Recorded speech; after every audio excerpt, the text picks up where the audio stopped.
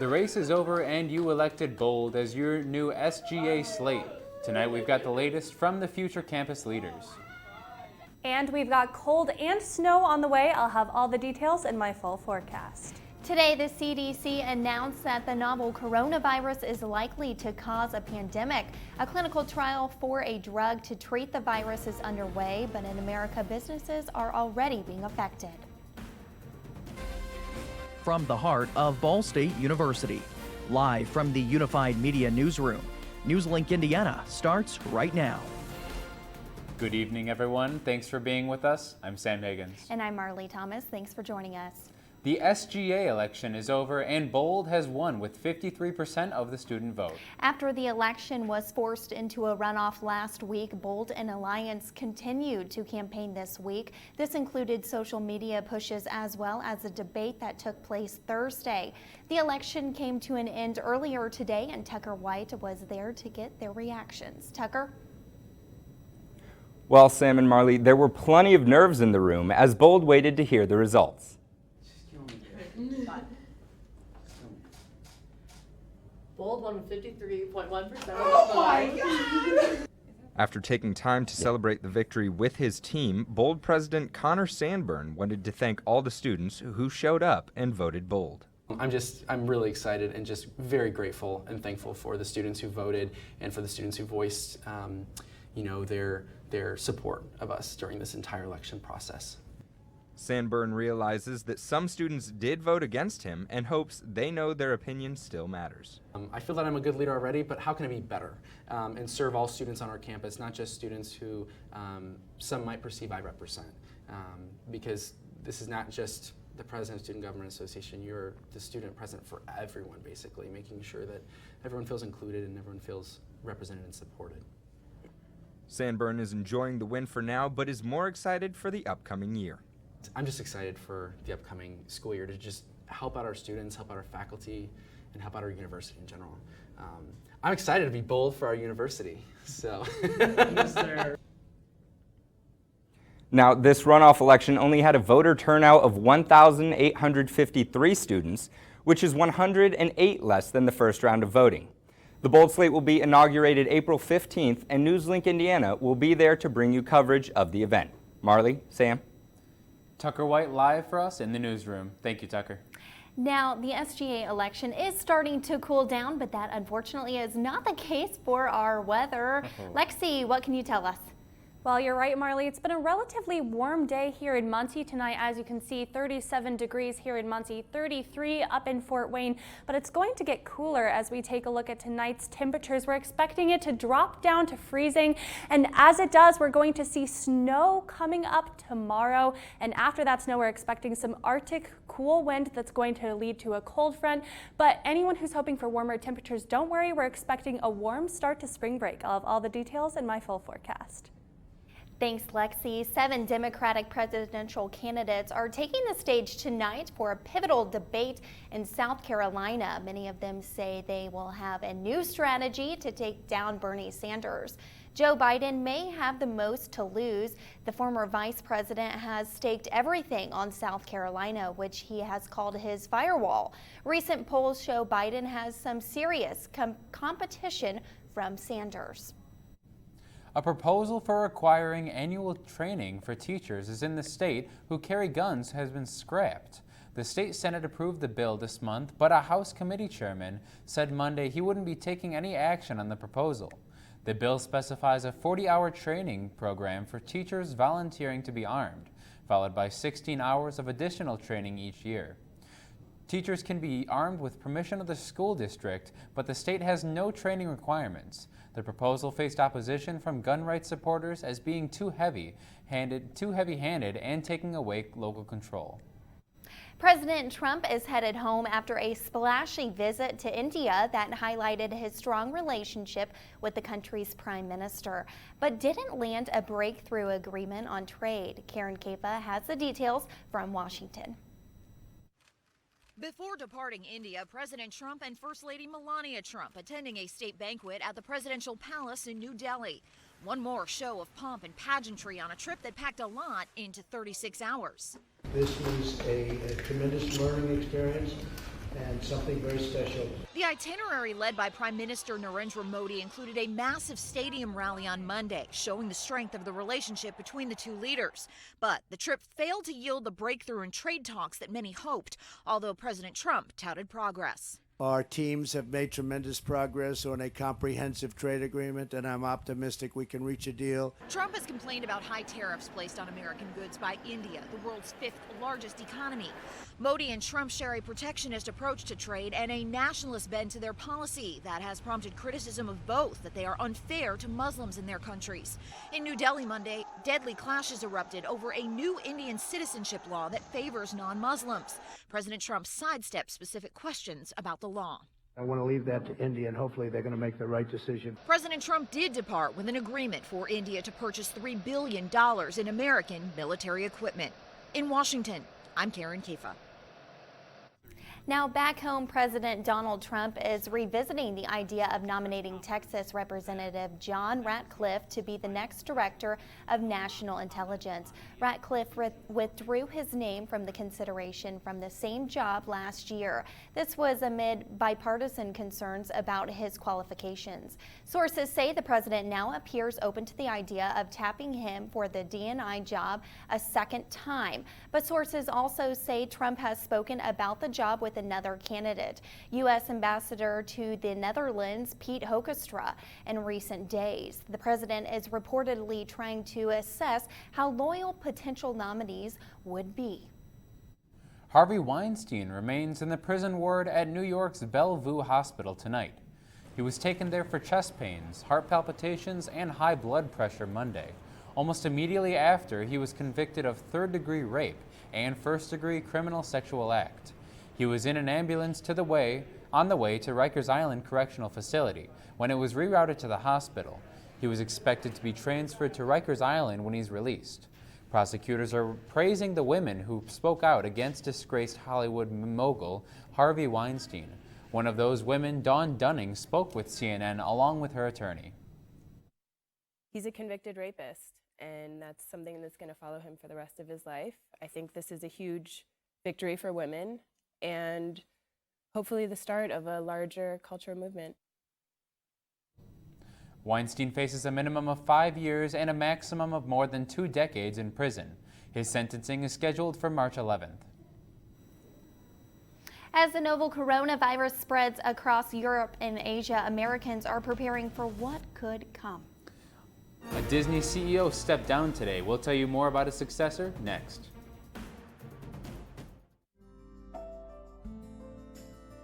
Riding the bus is an easy thing to do. Last year, we carried 60,000 riders in the Ball State area. 50,000 of those were students.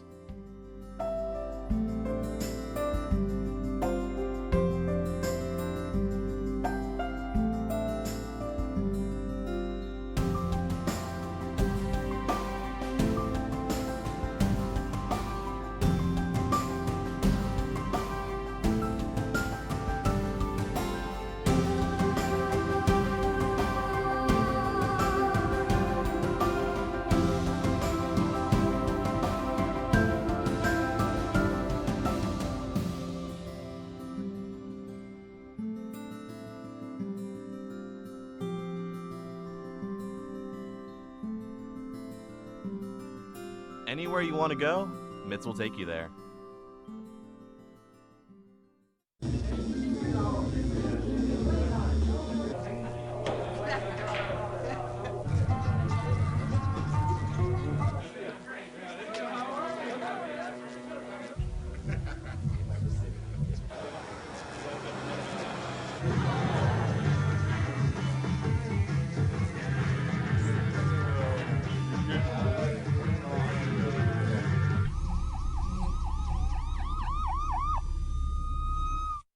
So, I just moved in with his family, and it's embarrassing. The little one, he likes to go outside and crawl around in the giant litter box. I don't know what he's doing. I mean, I was born and I knew how to use the litter box. Look at that. That's disgusting. Oh, poop already. You're making me nervous. Oh, okay, I can't look at this anymore. I really hope he grows out of this, for his sake. U.S. health authorities are monitoring the spread of the new coronavirus. So far, China, where the virus originated, is the hardest hit. Authorities have shut down factories across the country, which has hurt all sorts of businesses since so many products are manufactured in China. A bridal shop in Overland Park, Kansas is one of the many small businesses affected. Kelly Eckerman has a story. I would only look at what's in this country right now. For decades, Natalie M. Bridal Shop in Overland Park has been helping women find that perfect dress. And while it has a lot of inventory, things have changed drastically since factories in China closed to stop the spread of the coronavirus. In the past, we'd say, well, we'll go ahead and order it, they'll manufacture it, it'll be here in time. I can't do that today. Today I have to say, you know what, sweetheart, we've got to find you a different dress. The shop has been tracking all orders coming out of China.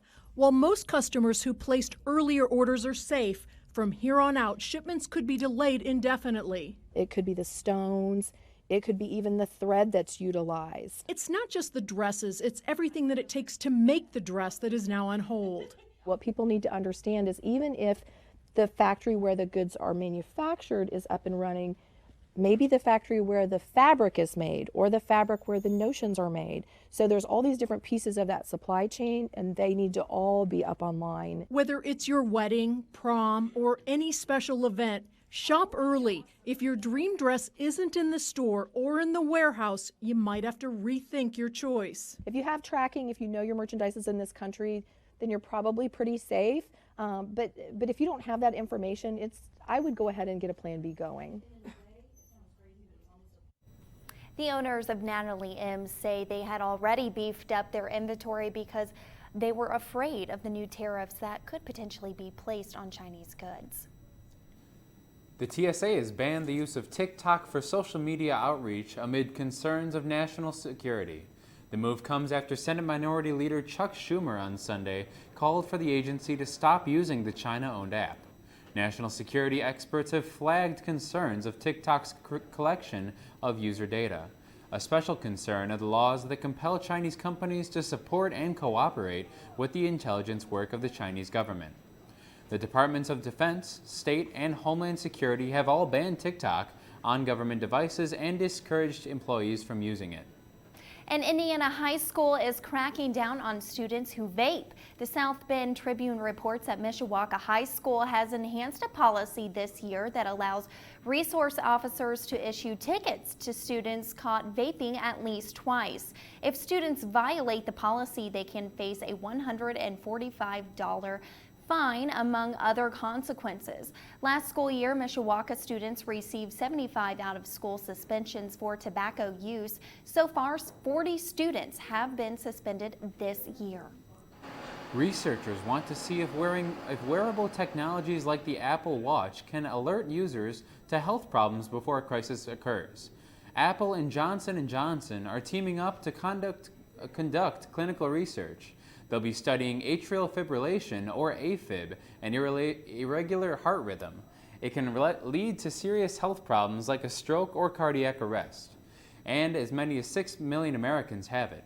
Participants need to have an iPhone 6 or higher. Some will need to have their own Apple Watch. The study is open to U.S. citizens over the age of 65 with a traditional Medicare plan. It will last at least 2 years. Disney has a new CEO after Bob Iger abruptly stepped down Tuesday. Iger is now the executive chairman and director of the company's creative endeavors. No reason for the move has been announced.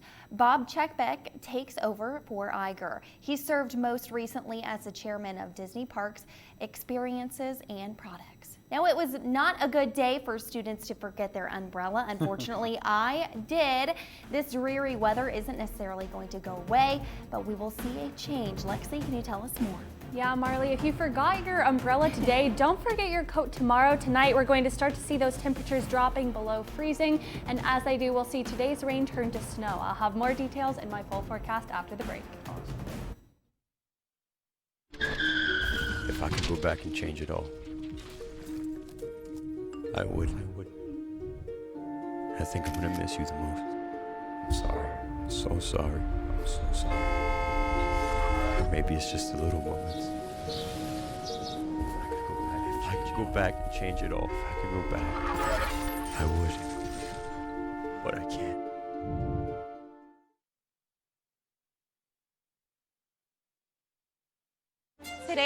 talk to you about physics. Come on in, girls. Let's go. This is the first rocket to get humans to Mars. Really tall. I'm a rocket structural engineer, designing and building parts of the rocket. You are the generation that will be stepping foot on Mars. Do I have a group of astronauts on my hands? Yes. You can become a rocket scientist or whatever else you want to be. Hey, Bobo, do trees tell each other stories? I'm sorry. I'm afraid I don't know that. Hey, why don't we go find out? Listen. Do clouds take naps? I couldn't tell you. Dad, do stars visit their friends? Look!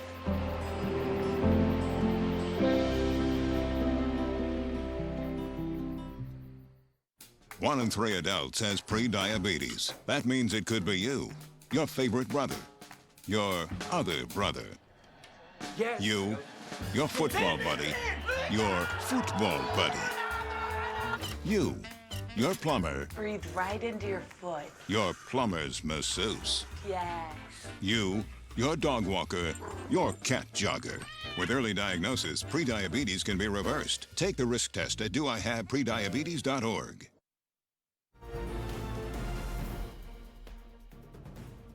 Riverside, it looks pretty chilly out there. Lexi, hopefully these temperatures will warm up, I hope.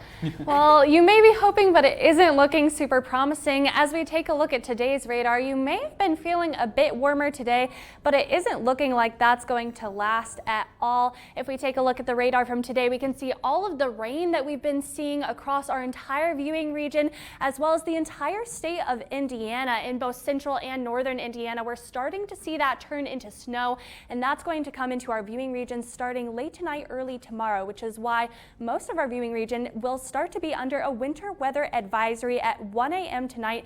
Every county in our viewing region, except for Wayne County, will be under that winter weather advisory. But for tonight's temperatures, we're looking at temperatures around 37 degrees, feeling a lot cooler at 30 just because of that strong wind, as well as the rain that we've had throughout the day, and that will continue going into tomorrow and tonight. Tonight, we're looking at temperatures around 33 degrees. As that continues to drop, we'll see that rain transition into snow for tomorrow morning. At 8 a.m., we expect temperatures at freezing, meaning that rain will finally turn into snow, and those freezing temperatures will remain pretty consistent throughout the day, but it may start to feel a bit chillier as the wind ramps up, meaning more wind chill, so it might feel a bit nippier towards the end of the day. But that snow is really going to last through all of tomorrow. If we take a look at the precision cast, you can see that system coming through the entire state of Indiana. And if we break down when we will be seeing that snow, here in Delaware County in our viewing region, at around 8 a.m., we're going to see snow coverage across the entire viewing region. That will continue into the late afternoon and won't really clear through our viewing region until later Wednesday evening. As you can see, most of that will be gone late Wednesday evening, early on Thursday. But how much snow can you expect? Well, here at NewsLink Indiana, our weather team is forecasting 2 to 4 inches for our northern counties and 1 to 3 inches for our southern counties. But that snowfall total is going to be drastically impacted by temperatures. If we take a look at the forecasted temperatures, you can see that for tomorrow, we're looking at temperatures just below freezing. But if we get temperatures above freezing, that could impact the amount of snow that we see tomorrow. And after that system moves through, we're going to see some Arctic wind, meaning those temperatures will drop severely. We're looking at 25 in Muncie for Thursday, and that will continue to drop through the week, which we can see if we take a look at our 7-day forecast. We're seeing that snow that we talked about tomorrow, followed by colder Arctic cool temperatures on Thursday and Friday. But a good news for anyone who is hoping for it to warm up like Marley said she is, we're looking at warmer temperatures for the weekend and even upper 40s, lower 50s for the start of spring break. So we're actually expecting a lot of warmer temperatures for spring break, but for tomorrow, it's important to be safe on your commute. Yeah, and don't forget your umbrella. Like That too. It's a brutal day. But yeah, it sounds like we need to get through a little bit of snow before we start seeing those warmer temperatures this weekend. Last hurdle before spring break. Yay, thank you so much, Lexi. Now Philip joins us here at the desk with sports because men's basketball took on Western Michigan tonight. We've got the latest next in sports. And we'll give you an inside look at the success of the gymnastics team. That's coming up. Hey, did you know 2.4 million loving cats and dogs in shelters and rescues need our help to find a home? Let's go to theshelterpetproject.org and meet a few who are in a shelter near you. Harlow, oh, she's one great listener who loves to hear all your stories. My kind of cat. Cerulo is a sweet, goofy boy who's eager to please. Sounds just like another dog I know. So go to theshelterpetproject.org, search your local shelters and rescues, and go for a cuddle with your next best friend. Adopt. Problems. The ones nobody talks about at cocktail parties. We go looking for them. No matter the obstacles, no matter the odds. We surround a community's most critical problems. And we fight. United Way fights for the health, education, and financial stability of every person in every community. Will you? It doesn't take a scientist to cure hunger or a fancy economist to create safe housing. It takes imagination, creativity, sweat equity. And I think of kids going to school hungry. Hunger, homelessness. In this land of plenty, seriously? Come on, we could fix this. Help out, or don't. The choice is yours. Weeknights, NewsLink Indiana brings you the news before you go to bed. But Friday mornings, you're waking up with Cardinal weather. We've got the latest news headlines. Freezing temperatures have set in all the way down in Louisiana. One man dead after flooding in Venice, Italy. Up to the minute weather conditions. Cold temperatures are the story this morning. And of course, lots of fun. It is not funny. What on earth is happening there? I feel sorry for the little guy. I've got my socks on. Annie with her curly hair, which is actually never curly. Join us Friday mornings at 8 on Facebook Live. Welcome back. I'm Philip Chorzay with sports.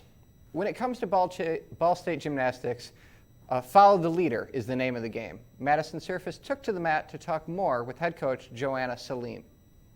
The Ball State gymnastics team has had a strong season with a current record of 8-4, even setting a school record in their floor routines. Many look to head coach Joanna Salim as a major contributing factor to the success.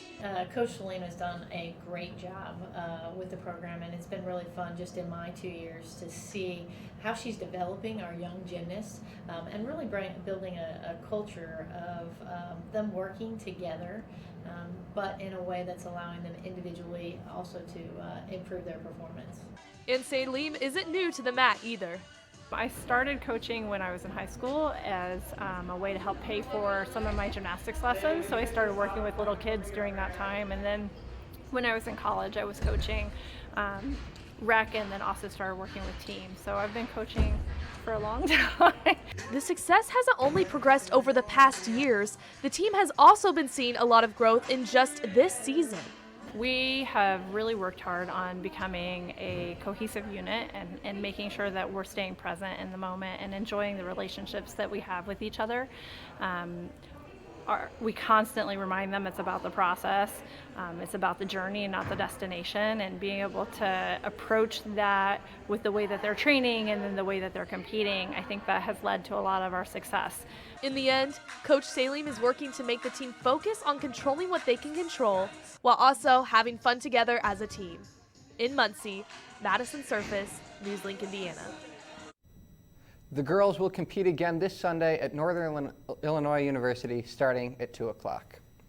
Men's basketball took on Western Michigan tonight. Let's start tonight with our first half highlights.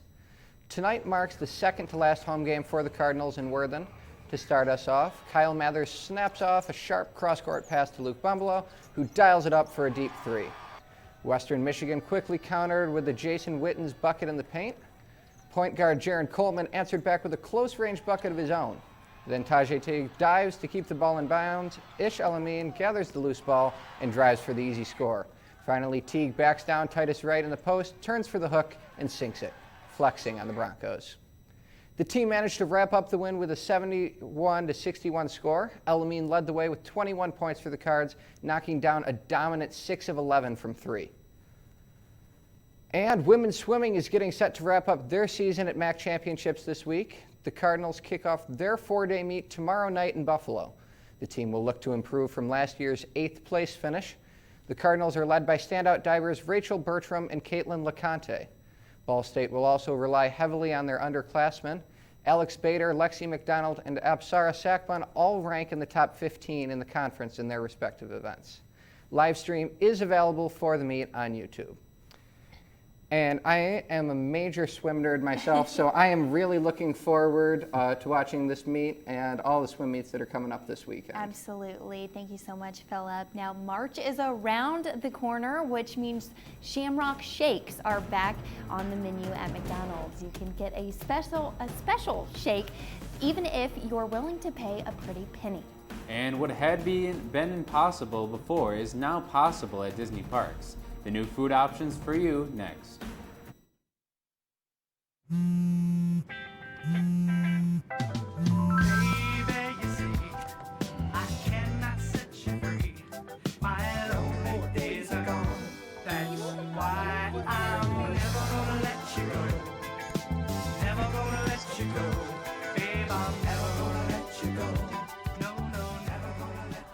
Here you go.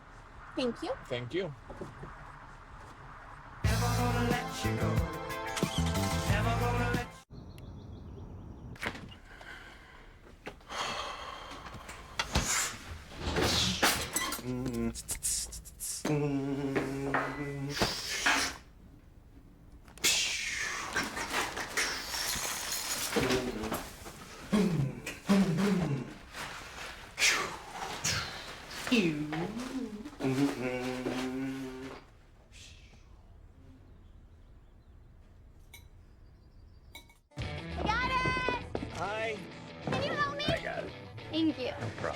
Just like the rules to surviving Zombieland, there are steps you can take to be prepared for an emergency. It's the right thing to do. Talk with your family to make a plan.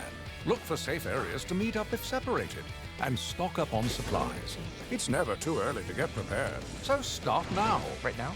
Right now. You can't predict emergencies, but you can be ready. You're welcome, America. Visit ready.gov today to learn more. Jordan knows he shouldn't eat this entire bowl of nachos, but tonight he's earned that right. Because a few hours ago, in the middle of happy hour, he recognized a sign. Not from the gods or a bolt of lightning, but from a double heart, a kissy face, and a fourth ha in ha ha ha.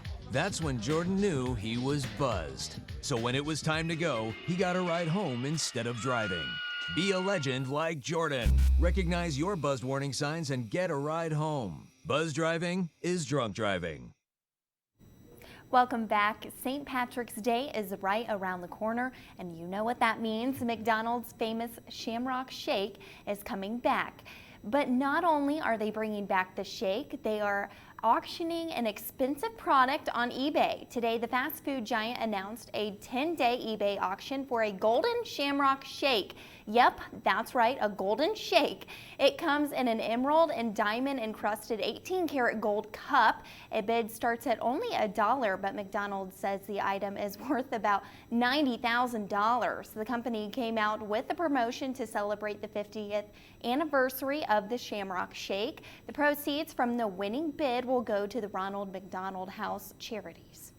And Disney is expanding plant-based menu options across Disney theme parks, resorts, and cruise ships, and has struck a deal with Impossible Foods that make that happen again. The company makes plant-based meat that is meant to look, taste, and cook like the real thing. The partnership makes Impossible the preferred plant-based burger of all Walt Disney resorts. Disney chose Impossible Foods over rivals such as Beyond Meat. Impossible Foods says it's not a top-down decision by Disney to force every chef to use its product, but it is an endorsement. Those foods look really good. All right, Lexi, let's take one last look at our weather. Yeah, just a couple things for this upcoming week. Snow on Wednesday, so be careful on the roads in the morning and the evening, followed by cooler temperatures for the rest of the week. But a warm-up is on the way with warmer temperatures for all of spring break. Fantastic. Alrighty, thank you, Lexi. That's all tonight for NewsLink Indiana. Be sure to join us again tomorrow night at 9, streaming live on the NewsLink Indiana Facebook page. And for news anytime, anywhere, go to ballstatedaily.com. Have a great night.